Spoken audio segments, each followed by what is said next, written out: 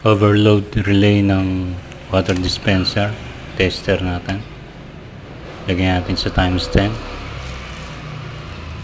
Ito yung ayan, testing natin. Ayan o. Good. Continuation. Testingin natin tong lumang overload relay ng water dispenser.